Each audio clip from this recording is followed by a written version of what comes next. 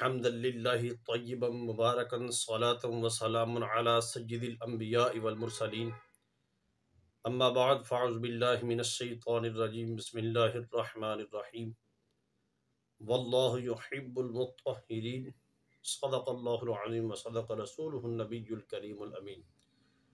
صلاۃ والسلام علیکہ سیدی یا رسول اللہ وعلی آلکہ واصحابکہ سیدی یا حبیب اللہ۔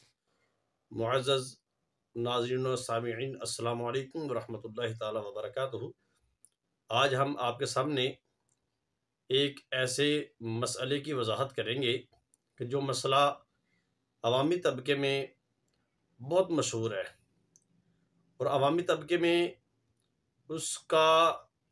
جو فہم ہے لوگوں کے اندر وہ بڑا عجیب سا ہے۔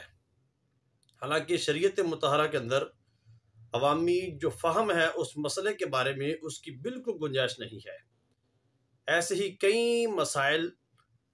عوام میں گردش کر رہے ہیں کہ جن کو عوام اپنے ذہن اور اپنی سوچ کے مطابق خود ہی ان کی جو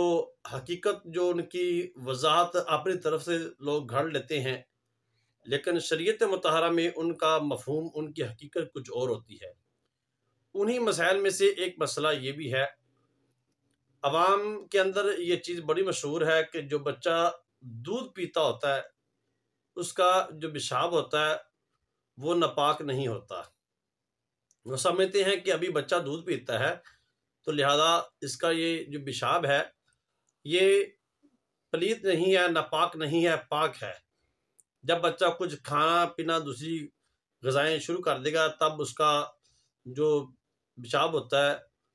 وہ ناپاک ہوتا ہے۔ یہ ایک عوامی سوچ ہے، عوام کے اندر یہ بات بہت ہی مشہور ہے،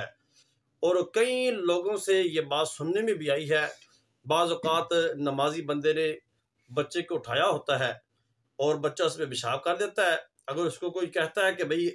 یہ کپڑے پاک کر لو یا کپڑے بدل لو، وہ کہتا ہے نہیں کچھ نہیں ہوتا، یہ تو چھوٹا بچہ ہے نا، یہ دودھ پیتا ہے، تو اس سے اس کے پیشاب سے کچھ نہیں ہوتا، اس کا پیشاب ناپاک نہیں ہے۔ حالانکہ فقہی شرعی طور پر دیکھا جائے تو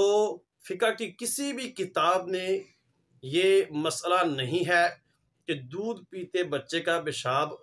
ناپاک نہیں ہوتا۔ فقہ کی کتابوں میں بلکہ یہ لکھا بھی ہے کہ بچہ چاہے ایک دن کا بھی ہو،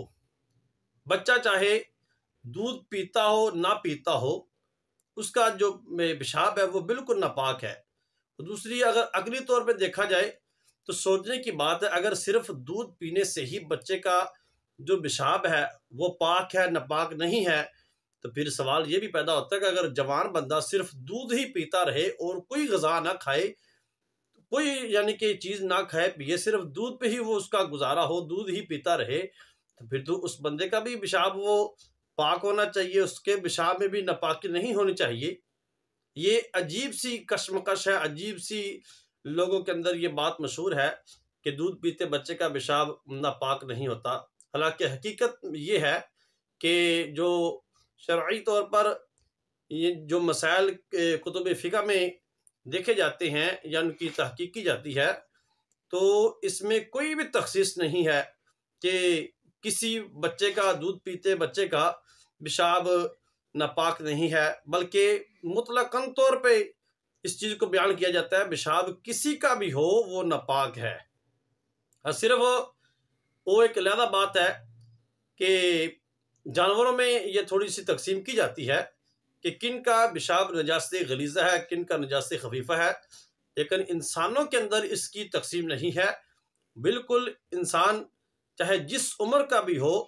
اس کا پیشاب بالکل نجاست غلیظہ ہوگا اور ناپاک ہوگا، کپڑوں پہ لگ جائے گا۔ ان کپڑوں کو اگر پاک کیے بغیر کوئی نماز پڑھے گا تو اس کی نماز بالکل نہیں ہوگی، اگر ان کو دھوئے بغیر نماز پڑھے گا تو اس کی نماز بالکل نہیں ہوگی۔ اللہ تعالی ہمیں دین متین کی سمجھ عطا فرمائے۔